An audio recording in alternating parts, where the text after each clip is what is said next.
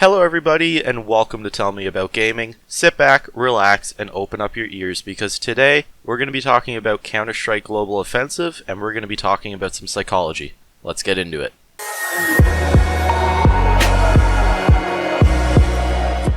Now, before we start talking about the 5 tips we're going to go through in this video, I do want to just mention a quick disclaimer. I am not a professional at Counter-Strike and I am not a professional psychologist. However, I do have some experience in both areas. I've studied psychology and I've been playing Counter-Strike for years, for countless hours, so I do feel at least experienced enough to share with you guys my personal opinion on some tips that can help you improve at the game that not really anyone else talks about. So today we're going to be looking at 5 psychological tips for Counter-Strike Global Offensive that I think can really help people improve and that can really make you a better player at the game. And while some of these have been mentioned before by other people, I think as a whole a lot of these are not discussed very much, and they are very important because your mental state during CS is just as important as how well you can mechanically play the game. So with that being said, let's start talking about these tips. So first up at number 5, we have one that is pretty obvious but that a lot of people seem to skip over, and that is plain out just be confident. When you start to question yourself or your teammates, you're going to start losing and you're going to start performing worse. Losing confidence in your ability to play the game is probably the worst possible thing you can do, and it's something that a lot of us do, especially when you see a game where you're getting beat like 9-0. Immediately your brain just goes straight to we're not winning this game, it's over. And it's very hard to overcome that thought process, but if you are able to do it, you can pull some magical comebacks that you've seen some of these pro teams do in the past. So what are some ways that you can improve on this? Well, first of all, if there's anything in your gameplay that you think needs to be worked on that you don't feel you're very good at, make sure to go and work on that. If you have issues with aiming, make sure to get your aim down to the wire until you can start saying in your brain, alright, I'm good to go. Once you have that together, just continue to be confident. Don't question yourself. Don't question your teammates. Just think about it as, how can we pull this back? How can we play this differently? What do we need to change to win? This has nothing to do with our skill level. This is completely to do with how we're playing this game. And that actually brings us to tip number 4, which is always try to keep your ideas fresh. You never want to be reusing the same thing over and over, especially if it's not working. Something that I'll see a lot of players do is play a certain spot on a site, and they will continue to play that spot even though the enemy team has shut them down every single round, and they can easily tell that they're going to be there the next round. If this is happening, please change spots. If something isn't working for your team, change how you play. If you're playing against a team that is super defensive, super passive, that you just can't get past their defense, you have to try to find a different way to take them down. And that kind of ties into the last tip, where at this point a lot of people will start saying, okay, we just suck, my teammates suck, I'm not winning this. But that's not how you should be thinking.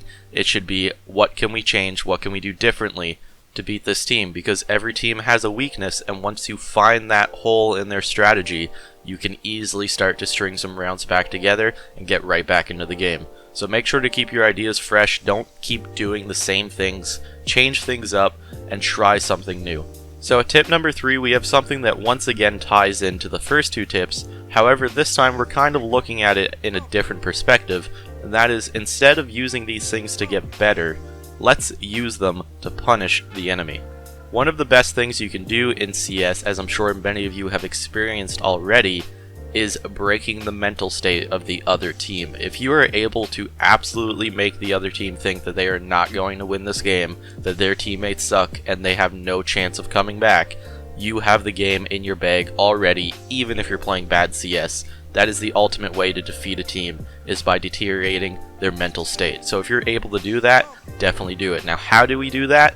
There's a couple of ways. First of all, if you see that the other team is constantly playing the same way as we talked in the last tip, where they're not coming up with fresh ideas, they're doing the same thing over and over, punish them for that. Do not let them get away with it.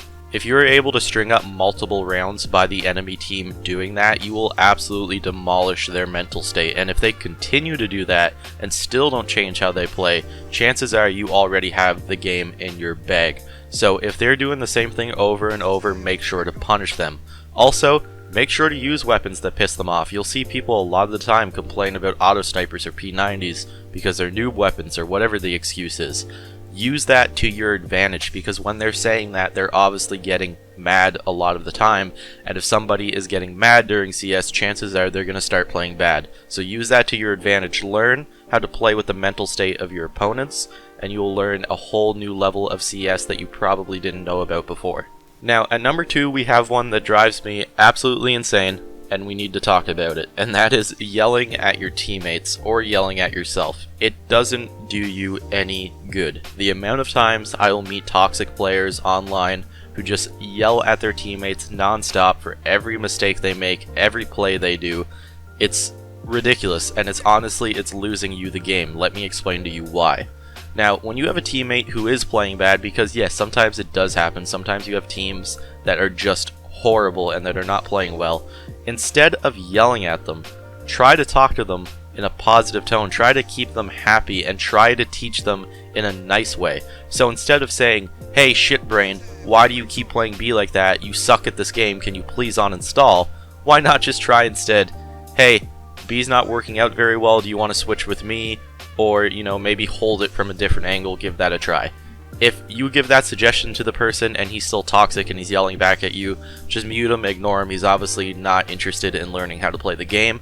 But most of the time, a lot of people will actually try to take your criticism into consideration when it's delivered in a nice way, because they can tell that all you're trying to do is really help them, not, you know, just belittle them for how they play the game.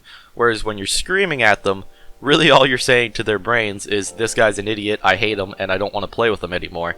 And I cannot tell you the amount of times I have personally experienced it, where I will be in a game, I'll start getting yelled at by a teammate, and instead of me playing better, instead of me trying to take the game a lot better, I stopped caring. I stopped playing that game. I couldn't care less anymore, because I don't want to win it anymore, because if my team's this toxic, what do I care? Let them lose. So make sure, please, I can't stress this enough, guys.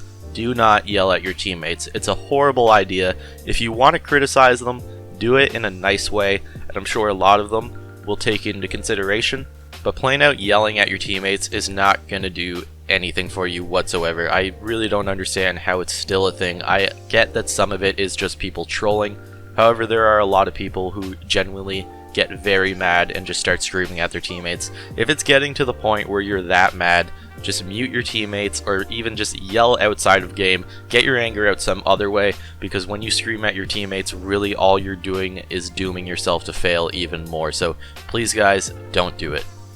Now for tip number 1, we have a very simple tip that I'm sure all of you are going to start disliking this video for and commenting, why the hell did I watch all of this? But it is the most important tip to Counter-Strike, and that is simply have fun.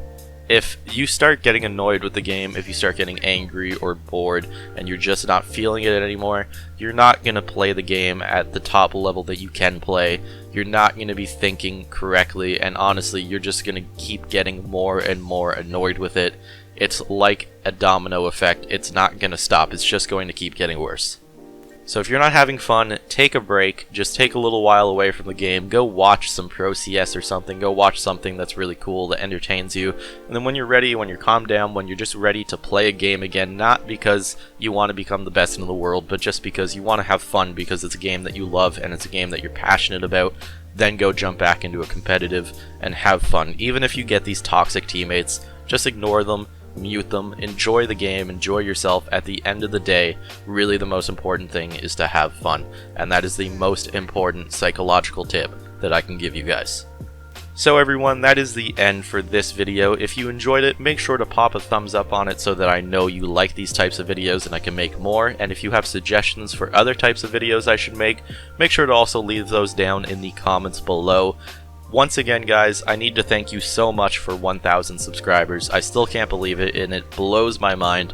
I know I haven't uploaded in a long time, and I really do apologize for that. I've just been extremely busy, but I should be uploading again on a pretty regular schedule. So look forward to that. Also, I will be having a 1,000 subscribers special video soon, which is just going to be pretty much a Q&A. So if you guys have any questions you'd like to ask me, leave them in the comments below and I will try my best to answer all of them in that video. So again guys, thank you so much for watching, I really do appreciate it, and I'll see your beautiful minds in the next video.